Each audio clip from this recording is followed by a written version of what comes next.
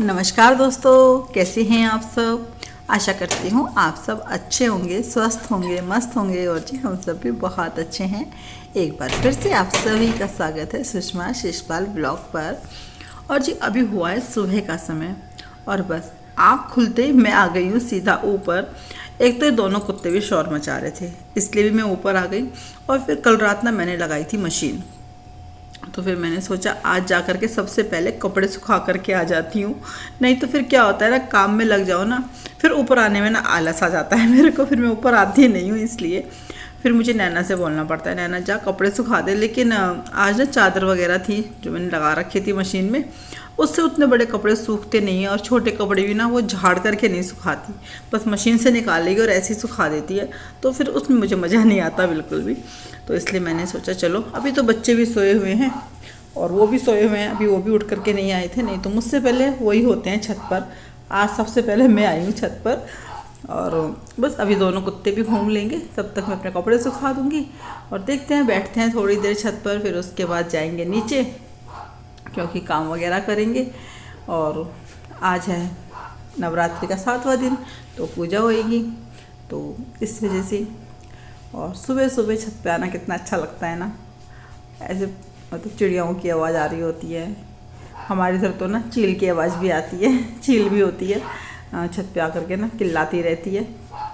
तो ये देखो, बस मैंने कपड़े सुखा दिए थे। उसके बाद थोड़ी देर मैं इधर कुर्सी लगा के बैठ गई कि चलो भाई थोड़ी देर बैठते हैं। और चील बैठी हुई है, चिल्ला रही है वो ना।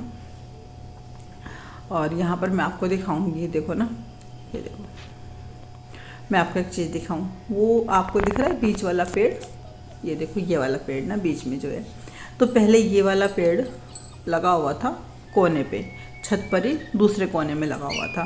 तो इन्होंने कल क्या करा, उसको निकाला और दूसरे गमले में सेट कर दिया, क्योंकि वो वाला गमला टूट भी गया था इसलिए। और भाई इनके हाथ में ना खुरपी से हो गया जख्म, ऐसे उसको खोद रहे होंगे ना खुरपी से, तो खुरपी लगती गई, लकड़ी है वैसे तो खुरपी में पीछे ना, वो लगती गई होगी, तो उससे ना जख्म सा हो गया है।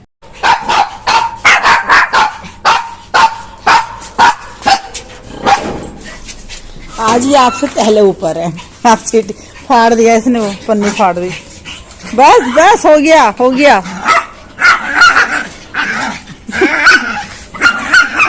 देख ऐसे डांटेगा इसे कि तू क्यों कर रही है जब मैं हूं तो। खड़ी खड़ी कूद जाते हैं।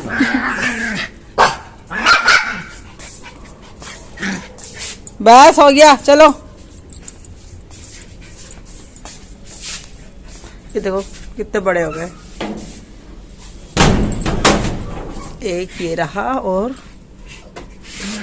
देखो, एक ये रहा, एक ये रहा। काफी सारे थे, किधर गए? ऊपर अच्छा, जाती हूँ तोड़ के लाती हूँ।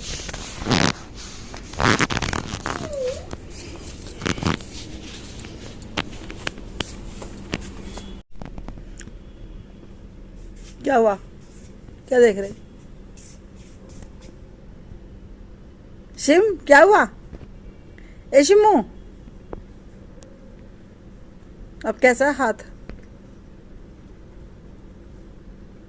दर्द है?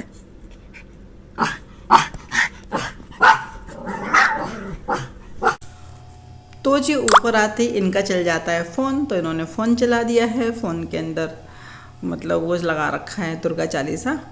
फिर मैंने सोचा चलो भाई म्यूट कर देते हैं। और यहाँ मैं तुलसा जी तोड़ रही थी, बोल रहे थे ऊपर ऊपर से तोड़ ले, उससे क्या है थोड़ी और घनी हो जाती है।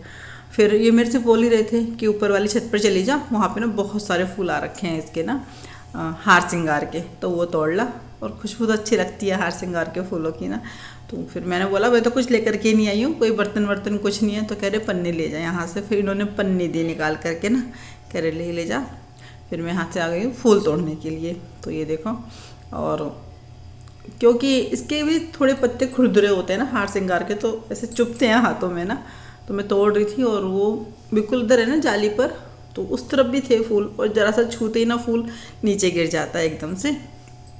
तो यहाँ मैंने सारे फूल तोड़ लिए। और ये देखो, ये थे चंपा चमेली, नहीं चंपा चमेली नहीं है, केसरी चंपा के फूल थे ये वाले। इन्होंने बोला ये वाले भी तोड़ ले, केसरी चंपा के भी। और ये देखो, ये जो मेरे हाथ में ना, ये नीचे गिर गए थे, तो इनको तो मैं ऐसे ही रखूँगी कमरे में, तो भगवान जी के ऊपर नहीं चढ़ाऊँगी क्योंकि नीचे गिरे पड़े थे ना, इसलिए। और ये देखो, ये भी ऐसे, ये तो अपने आप ही उग जाते हैं। ये तो बहुत सारे हो रखे हैं घर में ना, इस मतलब पिंक कलर के भी हैं, वाइट भी हैं, इस तरीके से बोलते थे इनको, क्या बोलते हैं नाम का तो मुझे याद नहीं आ रहा इस समय। और फिर इन्होंने बोला नीचे जा रही है तो मेरे को भी एक पन्नी दे दे, क्योंकि मैंने बोला ना आपसे कल ये गमला ठीक करे थे, हम लोगों ने गमला चेंज करा तो उसकी जो मिट्टी थी ना सारी गीली गीली हो रखी थी। बोले जब सूख जाएगी तब भरूंगा। उसकी सारी जड़ें निकाली ना इन्होंने पेड़ की, इसलिए तो उन सारी जड़ों को फिर कूड़े में डालेंगे। बहुत सारी जड़ें हो रखी, तो उसमें से एक पौध भी बन गई है उस वाले पेड़ की। उसे शायद साइकस कहते हैं मेरे ख्याल से ना, और बहुत ज़्यादा नुकीला होता है वो, ऐसे लगते हैं सुई की तरह चुभते हैं उसके वो पत्ते, ऐसे जैसे खजूर जैसा होता है ना पेड़, वो वाला पेड़ है वो, तब करके। तो यहाँ मैं इनके लिए पन्नी लेने के लिए आई थी, फिर मैंने इनको पन्नी दी और फिर मैं आ गई थी नीचे। अब आप देखोगे इतने सारे कपड़े फैला रखे हैं, क्यों फैला रखे हैं, तो मैंने सोचा बच्चे भी सोए हुए हैं और अभी ये उठ करके छत पर गए हैं, तो उनको भी काफ़ी देर लगेगी अभी छत पर ना, पेड़ों में पानी वगैरह देंगे, उसके बाद ही आएंगे पूजा करने के लिए। तो मैंने सोचा चलो तब तक अलमारी सेट कर देती हूँ, इसलिए क्योंकि अब मैं तो उठ ही गई हूँ, कुछ ना कुछ काम तो करना ही पड़ेगा इसलिए। तो यहाँ पर मैंने फिर अलमारी सेट करी, तो ये सारे कपड़े मैंने लगा दिए अलमारी में अपने। तो अपनी अलमारी मैंने पूरी सेट कर दी। अब दिवाली आ गई है, सफाइयाँ तो करनी ही हैं, इसलिए।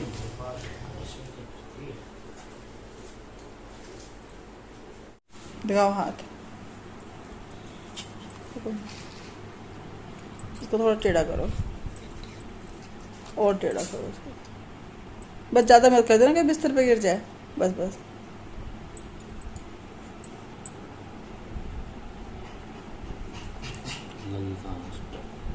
मैं करती हूँ, पकड़ो।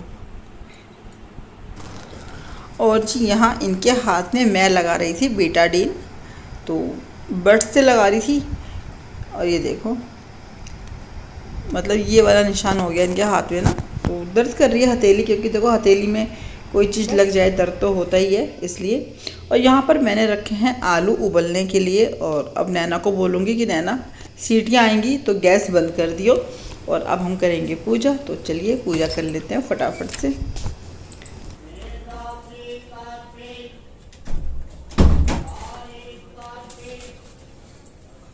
कालीन कारपेट, कोई कालीन न समझे तो बता रहा हूँ, कारपेट बेच रहा भैया मैं, कुछ और समझो तुम। जय माता की।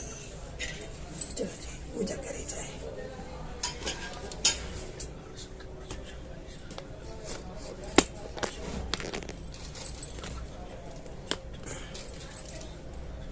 ये दो बत्ती नहीं जलाई आज, दो बत्ती नहीं है आप, एक मिनट को मैं निकालती हूँ।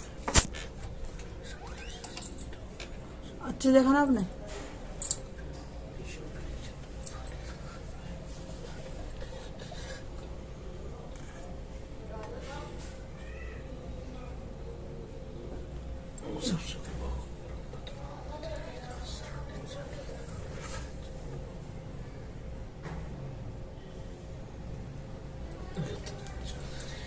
माता काली को चढ़ा।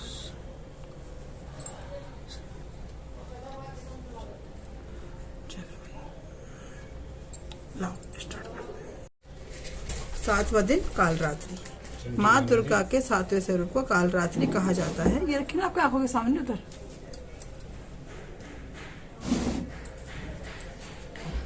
कहा जाता है माँ कालरात्रि का स्वरूप देखने में अत्यंत भयानक है, लेकिन ये सदैव शुभ फल देने वाली मानी जाती हैं, इसलिए इन्हें शुभंकरी भी कहा जाता है। दुर्गा पूजा के 7वें दिन में माँ कालरात्रि की पूजा का विधान है।